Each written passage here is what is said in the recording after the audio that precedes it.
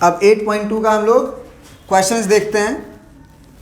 Question number 3 क्या कह रहा है कि if tan a plus B is equal to √3 and tan a minus B is equal to 1/√3 और a प्लस बी का वैल्यू 0 डिग्री से बड़ा है 90 डिग्री, मतलब एक्यूट एंगल है। a प्लस बी क्या है? एक्यूट एंगल है। और a ग्रेटर देन b। देखो अगर तुम ये क्लास 10th में नहीं होते तो और ये नहीं देता तो a प्लस बी का देयर आर मेनी वैल्यूज, याद रखना। केवल जो आप निकालोगे फटाक से वही नहीं होगा, ये इन्फॉर्मेशन दे देने की वजह से ये क्वेश्चन बहुत इजी हो जाता है। क्लास 11th में इसका एक्सप्लेनेशन समझोगे कि a प्लस बी अगर ये नहीं दिया होता तो बनाने का तरीका अलग होता। तो लिखेंगे सिंस, सॉल्यूशन में सिंस a प्लस बी दोनों का सम अगर 0 और 90 डिग्री के बीच में है तो देन, इसलिए या then tan a plus B का वैल्यू जो आप देखते हो √3, उसमें हम ये √3 किसका वैल्यू होता है याद है कुछ आपको? tan में कितना डिग्री का वैल्यू √3 होता है? तो आप ये लिखें कि tan a प्लस बी बराबर √3 को तो हम tan 60 डिग्री लिख ही सकते हैं। और अगर दोनों तरफ tan है तो काटते नहीं हैं, ये दिया है। इसी इंफॉर्मेशन की वजह से हम लोग इस tan को मने भूल सकते हैं, लेकिन काटते नहीं हैं। हम बोलेंगे कि a प्लस बी बराबर 60 डिग्री, ऐसा नहीं कि काट देना है, काटना गलत होता है, काट नहीं सकता है। तो a प्लस बी बराबर 60 डिग्री यहाँ से आया। एक और इन्फॉर्मेशन हमको दिया हुआ था, क्या? सिंस ऑल्सो क्या दिया है कि tan of a minus B का भैया वैल्यू हमको दिए हुए हैं आपको 1/√3।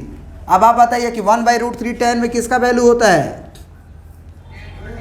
तो 1/√3 के जगह पे आप tan 30 डिग्री लिख सकते हैं। फिर ये चूंकि a प्लस बी का वैल्यू 0 और 90 डिग्री के बीच में दिया है तो हम a माइनस बी को माने tan को भूल सकते हैं। कहेंगे कि दोनों tan ही हैं तो tan को भूल जाइए, काटते नहीं हैं। फिर बोल रहे हैं ये इक्वेशन नंबर 1, इक्वेशन नंबर 2। क्या इक्वेशन नंबर 1 और इक्वेशन नंबर 2 को हम जोड़ दें, इक्वेशन 1 प्लस इक्वेशन 2, तो इक्वेशन 1 है हमारा a प्लस बी बराबर 60 डिग्री और इक्वेशन 2 है a माइनस बी बराबर 30 डिग्री। दोनों को जोड़ेंगे तो साइन नहीं चेंज होता है, पता है ना, घटाने पे साइन चेंज होता है। तो जोड़ेंगे तो ये पूरा कट जाएगा और a 2a होगा और ये 90 डिग्री होगा। तो a का वैल्यू 45 डिग्री। अब a आ चुका है तो इक्वेशन 1 से चाहे इक्वेशन 2 से आप b का भी वैल्यू निकाल सकते हैं, दोनों से एक ही वैल्यू आएगा। तो a को अगर देखें तो a प्लस बी 60 डिग्री है, a का वैल्यू 45 आया हुआ है, तो 45 डिग्री प्लस b बराबर 60 डिग्री, मतलब b बराबर 15 डिग्री। तो a और b का वैल्यू आपसे पूछा था और a बड़ा है b से, वो भी आपको दिखाई दे रहा है, कि नहीं? a बड़ा है ना। इन्होंने क्वेश्चन में क्या बोला था कि a बड़ा होना चाहिए b से, तो है। ये इन्फॉर्मेशन अगर नहीं देता तो ये क्वेश्चन बहुत ही खतरनाक होता है। क्लास 11th में इसको बनाया जाता है, बहुत बढ़िया लगता है बनाने में। और कोई क्वेश्चन में दिक्कत है पूछो। जो क्वेश्चन तुम अभी पूछे हो ये एग्जामिनेशन पॉइंट ऑफ व्यू से भी बढ़िया होता है, ये आ जाता है एग्जाम में, अक्सर देखा गया है, इसीलिए इसको बार बार लगा लेना। देखो बहुत सारे बच्चे गलती करते हैं इस क्वेश्चन में और एग्ज़ाम में भी आता है, ये हमेशा आता है। कोई ना कोई इसमें से कोई ना कोई एक क्वेश्चन एग्ज़ाम में आ जाता है और आप गलती करके आओगे। कह रहा है कि state whether the following are true और फॉल्स, इतना ही आएगा, ट्रू और फॉल्स। तुम्हारे में जस्टिफाई करने के लिए नहीं आएगा एक नंबर में, ट्रू है कि फॉल्स है बता देना है। या फिर ऑप्शन करके देगा कि साइन a प्लस बी बराबर 4 ऑप्शन दे देगा एक एक करके, उसमें ये भी दे देगा और कहेगा कौन सा गलत है या कौन सा सही है। तो आपको समझना पड़ेगा कि कौन सा सही है कौन सा गलत है। क्या आप लोग बताएंगे पहला नंबर सही है कि गलत है?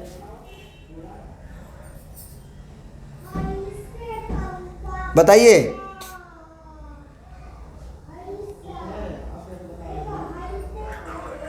गलत है कि सही है? गलत है, ये फॉल्स है। ऐसा कभी मत समझना कि साइन और ए प्लस बी गुना में है। गलती करने का भूल कभी भी गलती से मत करना। हम बोले ना कि तुम्हारे जैसा स्टूडेंट ये गलती करते हैं, वो समझ लेते हैं कि साइन ए प्लस बी का मतलब होता है, ऐसे समझते हैं कि साइन का गुना हुआ है ए में और बी में, तो साइन ए और प्लस साइन बी, जबकि ये होता ही नहीं है, होता ही नहीं है। कहोगे कि आप जस्टिफाई करिए, तो हम कहेंगे ठीक है कर लो। ए का वैल्यू आप 30 डिग्री रख लो, अब बी का वैल्यू आप 60 डिग्री रख लो। ए का वैल्यू आप 30 डिग्री रख लो और बी का वैल्यू 60 डिग्री रख लो, तो क्या साइन 30 डिग्री और प्लस 60 डिग्री इधर आएगा और आरएचएस में आएगा साइन 30 डिग्री और प्लस साइन 60 डिग्री। अब बताओ एलएचएस में जो आया है वो तो साइन 90 डिग्री आया है ना, तो साइन 90 डिग्री तो 1 होता है, मतलब एलएचएस का वैल्यू 1 है। जबकि आरएचएस देखो sin 30 degree plus cos sin 60 degree, तो साइन 30 डिग्री का वैल्यू 1/2 अब प्लस साइन 60 डिग्री का वैल्यू √3/2, एलसीएम लोगे तो 2 आएगा और ये हो जाएगा 1 + √3। अब बताओ √3 का वैल्यू 1.732 होता है लगभग, और /2, अब ये देखो तो 2.732/2, क्या ये कभी कट के 1 होगा? बोलो, कट के 1 होगा? जब इक्वल होगा तब ना कट के 1 होता है। तो एक तो है कि हमने 30 डिग्री 60 डिग्री वैल्यू रख के प्लग इन करके बताया, अब 45 डिग्री रखोगे तो भी नहीं होगा। अगर ए का भी वैल्यू 45, बी का भी 45 रखोगे तो भी नहीं होगा, क्योंकि ये 45 45 90, फिर साइन 90 1 होगा।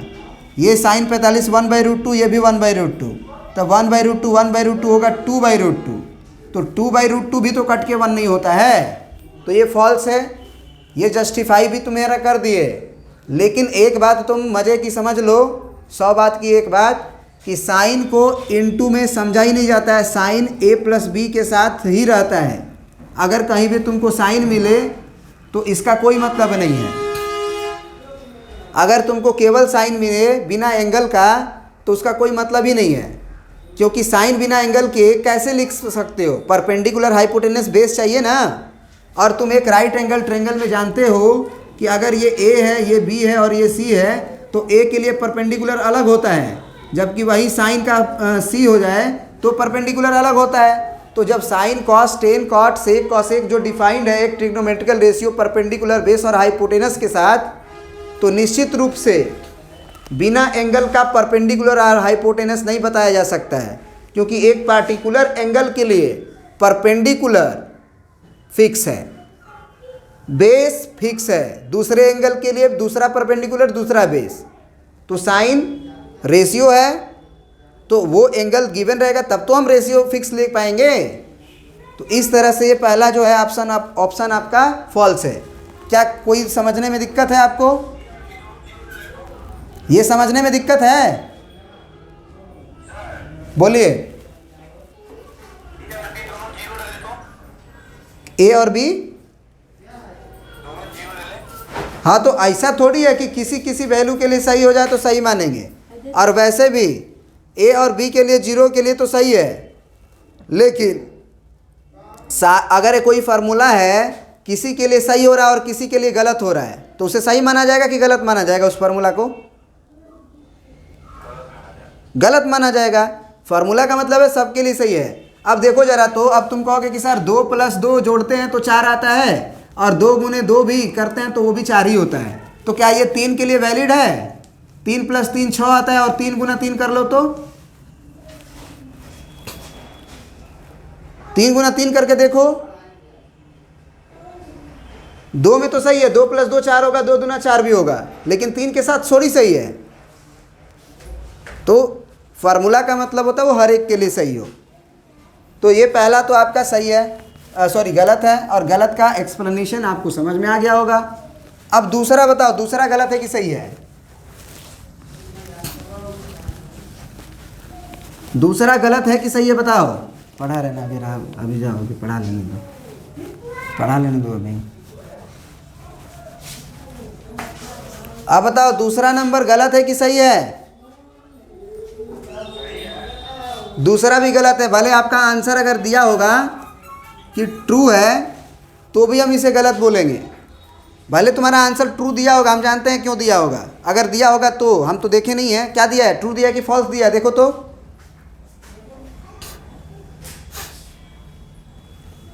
ट्रू दिया है ना?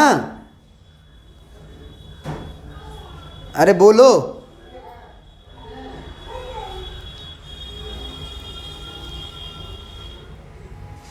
अरे रमन देखो आंसर, ये पहला ट्रू दिया होगा और दूसरा फॉल्स दिया होगा, ऐसे ही है ना?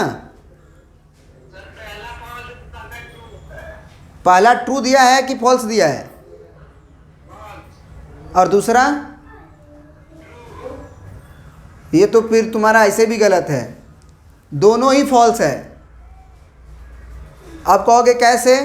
तो हम कहेंगे देखो, क्लास 10th तक तुम एक्चुअली पढ़ते हो कॉम्प्लीमेंट्री एंगल वाला रिलेशन। मतलब कि जो तुम्हारा थीटा होता है ना, वो 0 डिग्री से लेके 90 डिग्री तक होता है। थीटा क्या होता है? 0 से 90 डिग्री तक।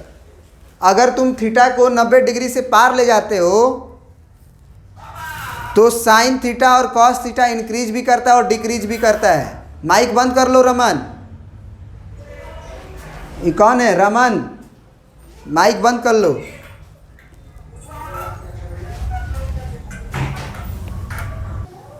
देखो तीसरा और मतलब दूसरा और तीसरा दोनों फॉल्स है। क्लास 10th में एक्चुअली दोनों, एक को ट्रू एक को फॉल्स देता है, लेकिन कारण क्या है उसका फॉल्स होने का? देखो साइन थीटा और कॉस थीटा का जो ग्राफ होता है, अगर तुम क्लास 11th में जाओगे तो तुमको पता चलेगा कि ये साइन थीटा का ग्राफ होता है, ठीक ना? और कॉस थीटा का ग्राफ कुछ ऐसा होता है, यहाँ से वो उतरता है ऐसे ऐसे, ठीक है? ये कॉस थीटा का ग्राफ होता है। अब एक बात बताओ, ये 0 होता है और ये 90 और ये 90, तो जरा देखो कॉस थीटा नीचे की तरफ जा रहा है ना, 0 से 90 के बीच में नीचे की तरफ जा रहा है कि नहीं? केवल इतना में बात करें हम, इतना और इतना में, माने 0 से 90 में, तो ये क्या किसका ग्राफ होता है? कॉस का।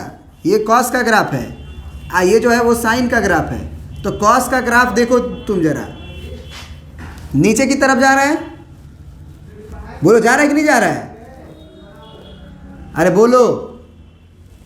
तो नीचे की तरफ जाना मतलब डिक्रीज करना होता है। जैसे देखो साइन का ग्राफ देखो, ऊपर की तरफ जा रहा है तो ये इंक्रीज करना होता है, लेकिन 0 और 90 डिग्री के बीच में ही ना एक डिक्रीज किया एक इंक्रीज किया, मतलब साइन वाला इंक्रीज किया है।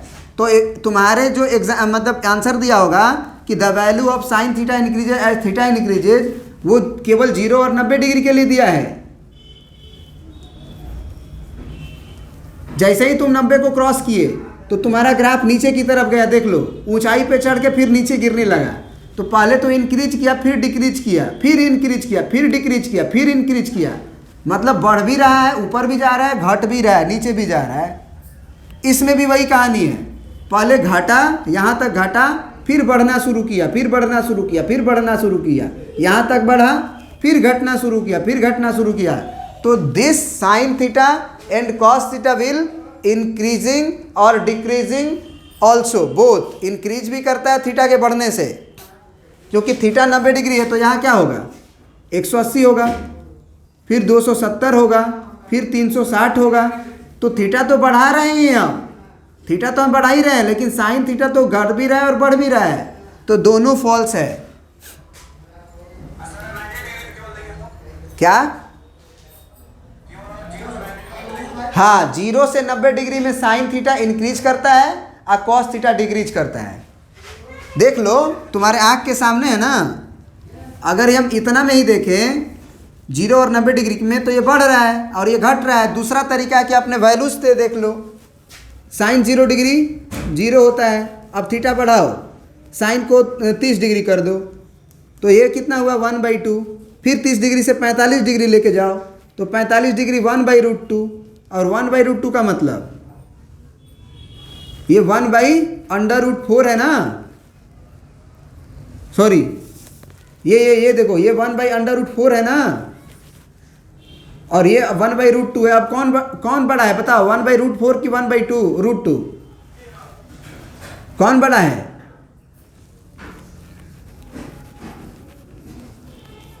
नहीं बोल रहे हैं।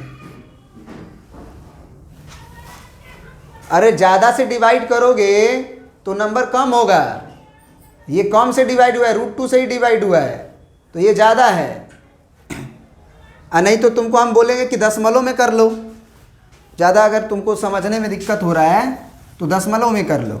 दशमलव का मतलब इसे आप 1/2 को 0.5 लिख सकते हैं, और 1/√2 को पहले रेशनलाइज करो, यानी कि 1/√2 इंटू √2 अपॉन √2 लिखो, तो ऊपर आ जाएगा कितना, √2, और नीचे हो जाएगा 2। तो √2 का मतलब होता है कितना जी, 1.414 ना, और बाई 2। तो अब डिवाइड करोगे तो कितना आएगा, 0.25 10, सॉरी 2 7 14, 2 7 14, खत्म कहानी। 0 बढ़ाओगे 2 7 14। तो इसका वैल्यू आया जो साइन 45 डिग्री का, वो आया कितना, 0.707, इसका 0.5। अब आ जाते हैं साइन 60 डिग्री पे। तो साइन 60 डिग्री होता है √3/2, और √3 का वैल्यू कितना होता है जी, 1.732 डिवाइडेड बाई 2, तो ये 0.2816 होगा। फिर 1 बचेगा, 2 छके 12, 2 छके 12। तो अब बताओ साइन 60 डिग्री का वैल्यू कितना आया हमारा, साइन 60 डिग्री का वैल्यू कितना आया, 0.86। और साइन 60 डिग्री के बाद अब आ जाता है साइन 90 डिग्री पे। तो साइन 90 डिग्री का वैल्यू तो 1 होता है। अब देख लो थीटा को तो एक्चुअली हमने क्या कर रहा है, इंक्रीज कर रहे हैं, 0 degree, 30 degree, 45 degree, 60 degree, 90 degree. और उसके बाद वैल्यूज को भी देखो, 0 डिग्री से 0.5 हुआ, बढ़ा, 0.7 हुआ, बढ़ा, 0.86 हुआ, बढ़ा, और 90 डिग्री हुआ, 1 हुआ। क्या 1 को कभी क्रॉस किया साइन? तो बढ़ा ना, थीटा के बढ़ाने से साइन थीटा का वैल्यू बढ़ा ना। हाँ 90 डिग्री तक ही तुम्हें पढ़ना है 10 तक, लेकिन उसने इसमें सुनो, उसने इसमें लिखा नहीं है कि थीटा भैया 0 से 90 डिग्री तक ही दिया है, तो तब हम इसको फॉल्स बोलेंगे। लेकिन तुम्हारे एग्जाम में एकदम दिमाग में बिठा लेना, एग्जाम में वो देगा, वो कहेगा कि थीटा 0 से 90 डिग्री है, और 0 से 90 डिग्री में आप पहला का आंसर इंक्रीजिंग लिखना, सही है मतलब ट्रू है। एक थीटा इंक्रीज करेगा तो साइन थीटा इंक्रीज करेगा, लेकिन दूसरा गलत है, मतलब तीसरा गलत है कि अगर कॉस थीटा इंक्रीज करेगा तो थीटा इंक्रीज करेगा, ये गलत है। क्यों गलत है देख लो। एक तो ग्राफ से बताया कि देखो नीचे की तरफ गिर रहे हो तो घट रहे हो, एक तुम वैल्यूज बाई भी देख लो। मतलब ये थोड़ा सा ज़्यादा एक्सप्लेन कर दिए तुम्हें, लेकिन तुम्हें जानना तो ज़रूरी है, ये जानना भी चाहिए। ये सब जानोगे ना तो ज़्यादा बेहतर है। अब ज़रा कॉस पे आते हैं। हम कॉस 0 डिग्री देखते हैं, 1 होता है। कॉस 30 डिग्री देखते हैं, तो किसका कॉस 30 डिग्री का वैल्यू कितना होता है, √3/2, और √3/2 अभी निकाले हुए थे, 1.732/2 यानी कि 0.86। और cos 30 डिग्री के बाद आप cos 45 डिग्री पे आओ, बढ़ाओ, थीटा को कॉन्स्टेंटली बढ़ाओ, 0 से 30 डिग्री से ज़्यादा 45 होता है, 1/√2। इसका वैल्यू कितना आया था 1/√2 का, ये देखो ये 0.707। अब 45 डिग्री के बाद आप आ जाओ 60 डिग्री पे, तो cos 60 डिग्री का वैल्यू 1/2 यानी कि 0.5। और उसके बाद आपका वैल्यू होता है किस चीज़ का जी, 90 डिग्री का, तो cos 90 डिग्री का वैल्यू होता है 0। अब तुम ज़रा ध्यान से देखो, थीटा तो एक्चुअली हमने बढ़ा रखा है, 0 से 30 गए हैं, 30 से 45, 45 से 60, 60 से 90, लेकिन वैल्यू में देखो ये 1 से 0.86 हो गया तो घटा ना, 0.86 से 0.707 हुआ, घटा, फिर घटा, और अंत में तो 0 ही हो गया। तो निश्चित रूप से तीसरा नंबर जो बोल रहा था कि the value of cos theta increases the theta increases, ये गलत था। कॉस थीटा का वैल्यू अगर इंक्रीज कर रहा है नीचे की तरफ से ऊपर की तरफ देखो, तो थीटा को देखो क्या कर रहा है, डिक्रीज कर रहा है ना। 90 से 60 हो रहा है, 60 से 45 हो रहा है, 45 से 30 हो रहा है। कॉस थीटा का वैल्यू ये है RHS, ये कॉस थीटा का वैल्यू है। तो कॉस थीटा का वैल्यू अगर इंक्रीज हो रहा है 0 से 0.5, 0.7, 0.8, 1 हो रहा है, तो थीटा में देखो क्या हो रहा है, घटोतरी हो रहा है। 90 से 60, 60 से 45, 45 से 30, 30 से 0। समझे कि नहीं समझे? नहीं समझे तो भी कोई दिक्कत नहीं है हमको, हम तो समझा दिए।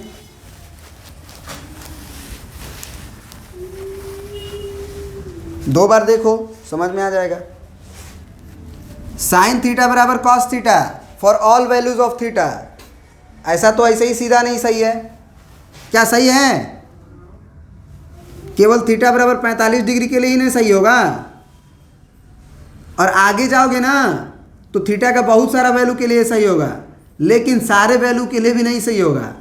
माने थीटा का बहुत सारा वैल्यू आएगा जिसके लिए सही होगा, लेकिन फिर भी सारे वैल्यू के लिए नहीं सही होगा। जैसे थीटा बराबर आप 30 डिग्री ले लो, अब दोनों तरफ 30 डिग्री रख के देखो, एक तरफ साइन 30 डिग्री, एक तरफ कॉस 30 डिग्री। अब साइन 30 डिग्री तो हम याद किए हुए हैं 1/2, और कॉस 30 डिग्री याद हुए हैं √3/2। ये बराबर कहाँ से होगा? 1/2 होगा तब बराबर होगा, हु बहू होता है तभी बराबर होता है। अब आ जाओ, cot A is not defined for A बराबर 0 डिग्री। अब कॉट 0 डिग्री डिफाइंड है कि नहीं है? नहीं डिफाइंड है, सही है, ये ट्रू है। और इसका एक्सप्लेनेशन जब हम प्रूफ कर रहे थे कि कॉट 0 डिग्री अनडिफाइंड क्यों होता है, 0 क्यों होता है, 0 डिग्री का वैल्यू समझा रहे थे। अरे 30 डिग्री, 60 डिग्री, 45 डिग्री के बाद 0 डिग्री समझाए थे, वहाँ से आप समझ सकते हो, पूरा एक्सप्लेन किए हुए हैं। समझ में आ गया? क्यों? और मान लो इसमें एक्सप्लेनेशन पूछे तो हम कहेंगे कि cot A is not defined बोला है, तो हम लिख देंगे कि कॉट ए बराबर कितना, 1/tan A। और अब 0 डिग्री रखेंगे तो कॉट 0 डिग्री बराबर 1/tan 0 डिग्री, और tan 0 डिग्री 0 होता है, तो 1/0 हुआ तो वो क्या होगा, नॉट डिफाइंड ही ना होगा। तो नॉट डिफाइंड को ना अनडिफाइंड कहते हैं। समझ गए?